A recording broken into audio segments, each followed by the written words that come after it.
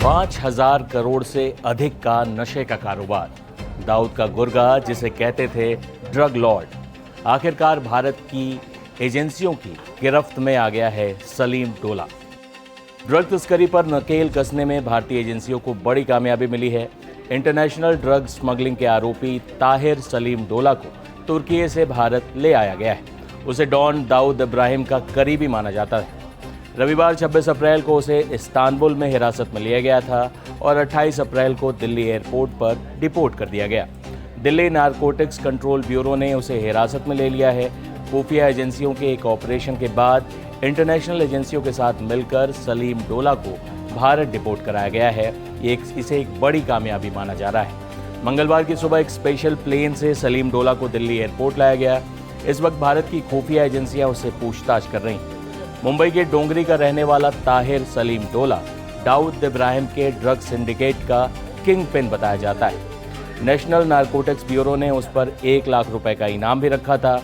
Mumbai police ने भी सलीम को मोस्ट वांटेड घोषित कर रखा था। उसके खिलाफ रेड कॉर्नर नोटिस भी जारी किया गया था।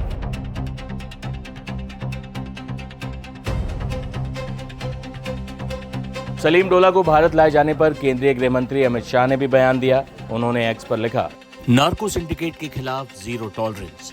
नारकोटिक्स कंट्रोल ब्यूरो ने आज तुर्की से कुख्यात ड्रग तस्कर मोहम्मद सलीम डोला को वापस लाने में बड़ी कामयाबी हासिल की।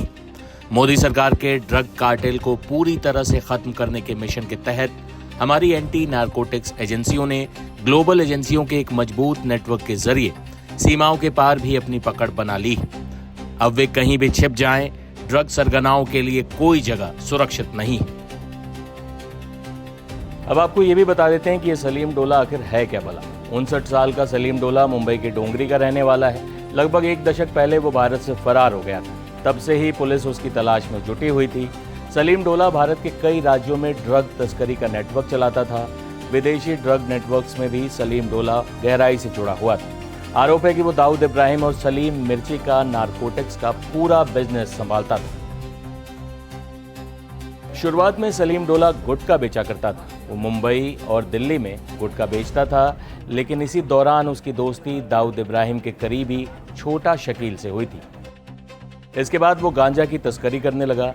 इंडियन एक्सप्रेस की रिपोर्ट के मुताबिक साल 1998 में सबसे पहले वो 40 किलो मैंड्रिक्स के साथ मुंबई एयरपोर्ट पर पकड़ा गया था। जांच अधिकारियों का मानना है कि सलीम मिर्ची के बाद उसने डी कंपनी के लिए ड्रग तस्करी का काम संभाला था। इसके बाद साल 2012 में वो 80 किलो गांजे के साथ अरेस्ट हुआ। 5 साल जेल में भी रहा।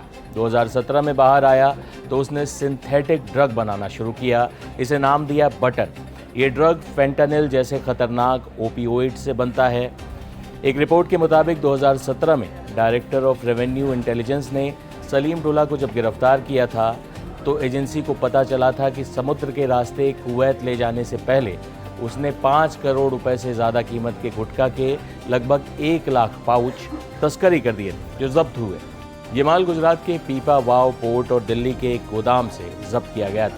साल 2018 में वो 100 किलो फेंटानिल के साथ फिर से गिरफ्तार हुआ, जिसकी कीमत बाजार में 1000 करोड़ रुपए बताई गई थी।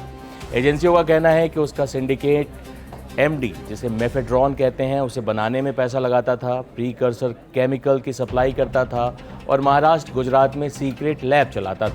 आखिरी बार जब सलीम डोला को गिरफ्तार किया गया तो वो महज 4 महीने में ही जेल से बाहर आ गया और उसके बाद से वो भारत से फरार हो गया था।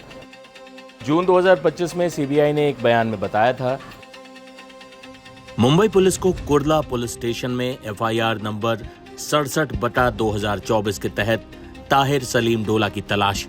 उस पर महाराष्ट्र के सांगली में सिंथेटिक ड्रग बनाने की फैक्ट्री चलाने का आरोप। ताहिर सलीम डोला और अन्य से जुड़ी इस फैक्ट्री से कुल 126.141 किलोग्राम मेफेड्रोन एमडी ड्रग जब्त की गई, जिसकी कीमत 25.22 लाख रुपए है। मामले की जांच के दौरान पता चला कि आरोपी ताहिर सलीम डोला विदेश में कहीं बैठकर सिंथेटिक ड्रग बनाने की फैक्ट्री चला रहा था। आखिरकार दाऊद का गुर्गा और ड्रग लॉर्ड के नाम से कुख्यात सलीम डोला भारतीय एजेंसियों के हत्थे चढ़ गया है। दिल्ली एनसीबी के एक अधिकारी ने कहा कि वे पहले 59 साल के डोला से पूछताछ करेंगे, फिर उसे महाराष्ट्र और गुजरात समेत कई राज्यों को सौंप दिया जाएगा। जहां उसके खिलाफ केस दर्ज। इस तरह की तमाम खबरें और देश दुनिया की सारी अपडेट के लिए आप बने रहें टाइम्स नाउ भारत डिजिटल के साथ। शुक्रिया।